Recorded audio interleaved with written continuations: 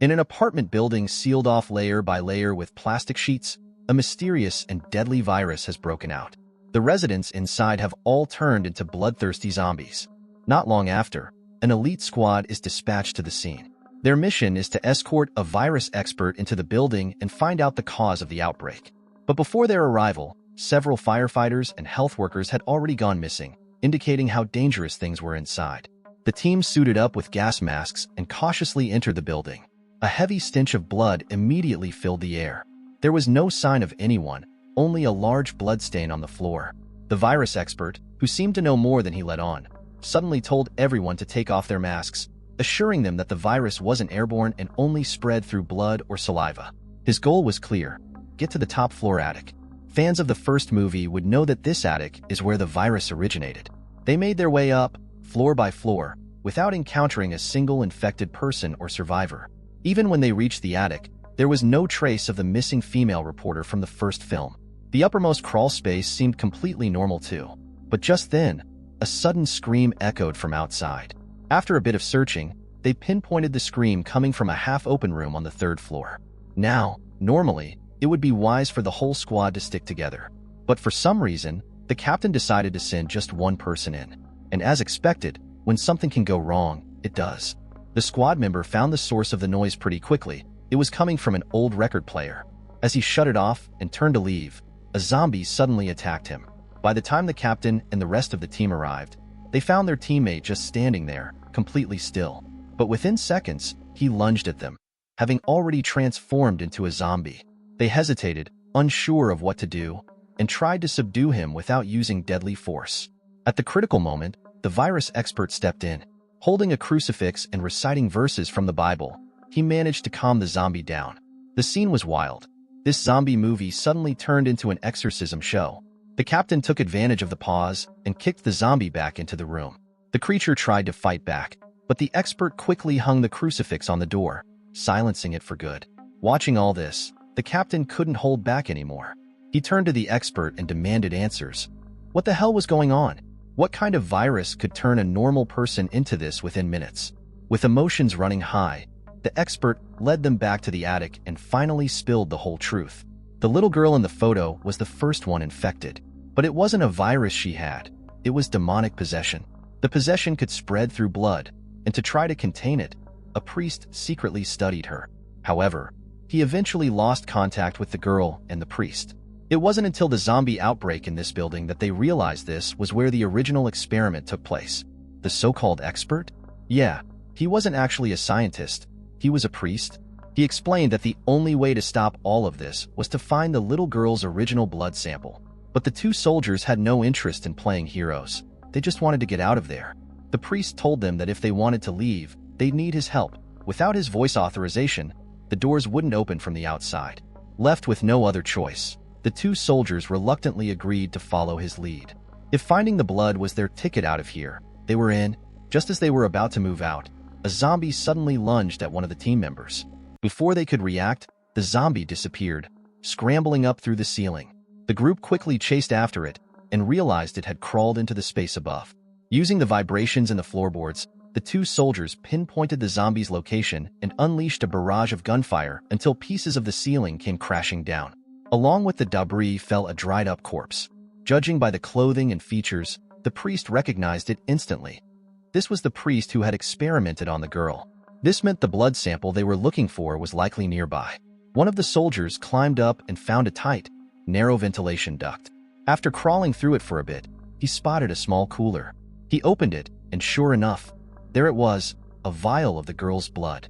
But just as he grabbed the sample and prepared to head back, he heard a noise from up ahead. Suddenly, a child-sized zombie was crawling toward him at lightning speed. Thankfully, the soldier was fast on his feet and managed to pull back, slamming an iron grate down just in time to block the zombie's attack.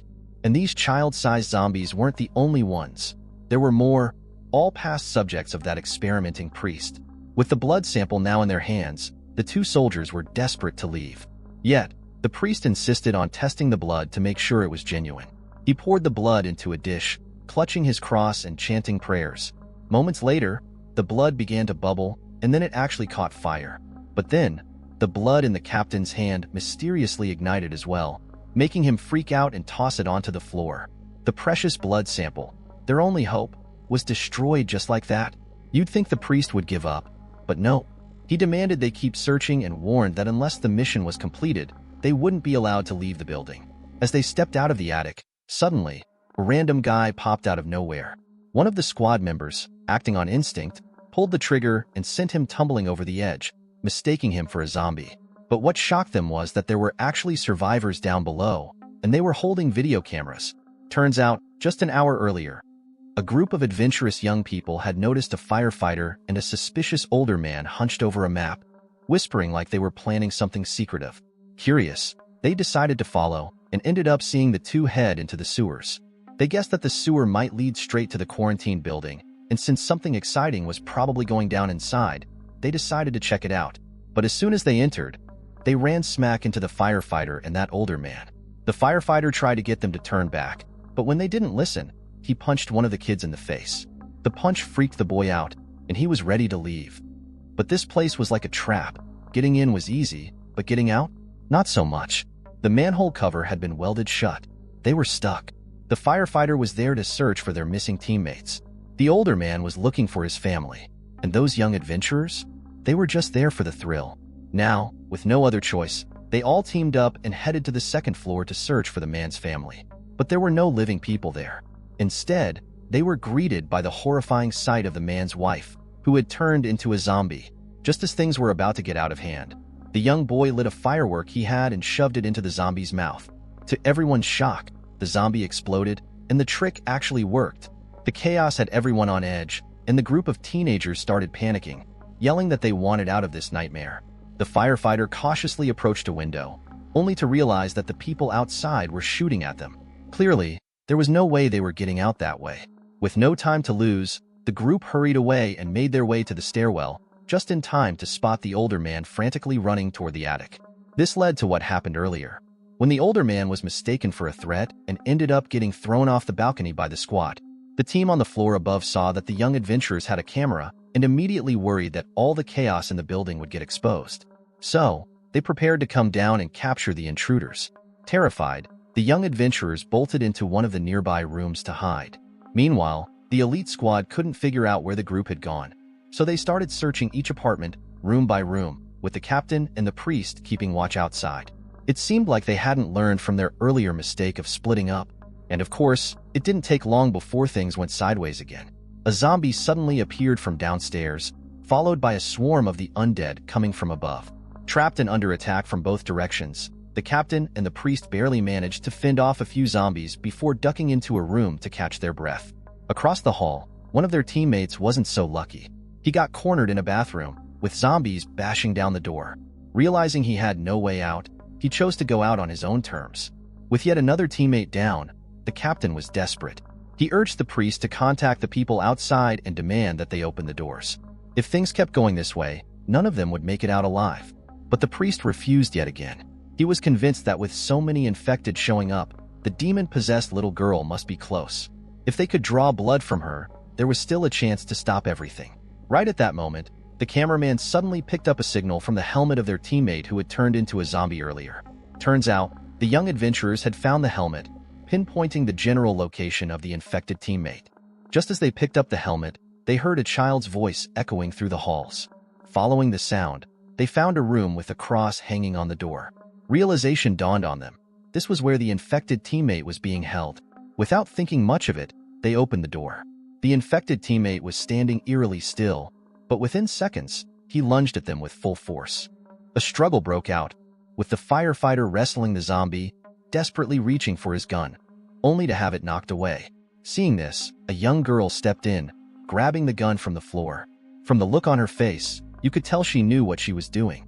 Her first shot was dead on, and to everyone's shock, she ended up sending off the firefighter instead. The zombie paused, almost confused, before turning its rage on the girl. But she stayed cool, firing off another shot and taking down the zombie as well. Just then, the captain and his crew caught up with the young adventurers. Looking at these kids, who were on the verge of a breakdown, the captain decided to lock them in a room to keep them safe. But then they noticed one of the boys had been bitten by a zombie. As they tried to restrain him, a familiar figure suddenly appeared in the hallway. It was the female reporter who had been dragged away at the end of the first movie. To everyone's surprise, she was still alive. After securing the now-infected boy, the team cautiously approached the reporter to check if she was infected. She was completely unharmed. The reporter revealed that she had seen the demon-possessed girl herself, right in the attic. But the group had already searched the attic and found nothing unusual. She explained that she had only seen the girl using the night vision mode on her camera. Hearing this, the priest immediately understood. He led the group back to the attic. This time, they turned off all the lights and switched on the night vision. What happened next was incredible. Through the camera's night vision, the cameraman spotted a hidden door on the opposite wall. Following his directions, the priest opened it, and they found a completely new space, somewhere they had never explored before. The priest motioned for the cameraman to keep the lights off, and soon the cameraman noticed something mysterious, a strange pool of water. When the lights were on, it vanished, but through the night vision, the pool appeared again.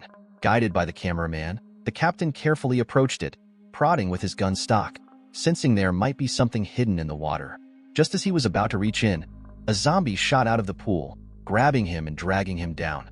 The cameraman quickly switched on the lights, making both the pool and the captain disappear. When they turned off the lights again, the demon-possessed girl was suddenly in view, clear as day through the night vision. The reporter quickly whispered for everyone to stay silent, warning that the zombie would attack if it heard them. But at that exact moment, the priest's radio crackled. The sound caught the zombie's attention, and it lunged at the priest. Acting fast, the reporter yelled, diverting its attention, but it grabbed her instead. She barely managed to fire her shotgun, taking the zombie down, but it was too late. The demon-possessed girl was dead, and with her, any chance of retrieving the blood sample vanished. With the mission a bust, the only choice left was to evacuate. But despite the dangers and the losses, the priest stubbornly refused to give the evacuation order. The reporter, unable to take it anymore, marched up and punched the priest hard, knocking him to the ground. When he refused to give in, she hit him again, this time right under the chin. The cameraman, seeing this, panicked. He feared that if the reporter accidentally killed the priest, they'd be trapped in this hellhole forever. But facing this stubborn old man, the reporter felt she had no choice but to resort to violence to make him comply. As the argument between the reporter and the priest escalated, something completely unexpected happened. The reporter suddenly pointed the gun at the cameraman. Yes, she shot him dead. And then, she let out a horrifying, demonic laugh. It turned out that after she was dragged away by the zombies, the demon had taken the opportunity to spit a parasite into her mouth. This parasite was the true embodiment of the demon, and the little girl had merely been a discarded host. Now, the reporter was the demon itself. Her original plan had been to use the priest to open the door, but now she didn't need him anymore.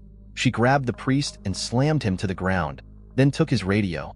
Continúen con el plan previsto y quémenlo todo. The demon had the ability to mimic any sound, and now it had full control. The poor priest, despite all his efforts, couldn't stop the demon from escaping.